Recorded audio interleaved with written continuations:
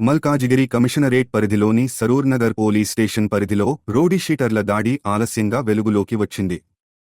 రెస్టారెంట్లో బిల్లు చెల్లించమని అడిగినందుకు సిబ్బంది, యాజమాన్యంపై కత్తులు, కర్రలతో దాడి చేసిన ఘటన కలకలం రేపుతోంది. ఈ దాడిలో అర్బన్ రెస్టారెంట్ సిబ్బంది తీవ్రంగా గాయపడ్డారు.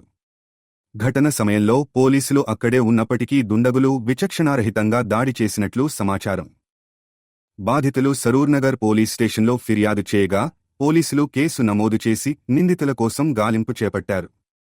ప్రధాన నిందితులుగా ఏడుల ప్రసన్నరెడ్డి, ఏడుల యశ్వంత్ రెడ్డితో పాటు వారి అనుచరుల పేర్లు వెలుగులోకి వచ్చాయి.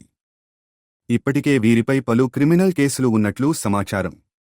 గతంలో వనస్థలిపురంలో తమ బావ లలిత్ హత్య కేసులో కూడా వీరి పేర్లు వినిపించాయి.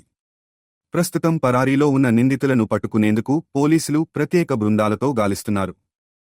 ప్రాణహాని ఉందంటూ బాధితులు కఠిన చర్యలు తీసుకోవాలని డిమాండ్ చేస్తున్నారు.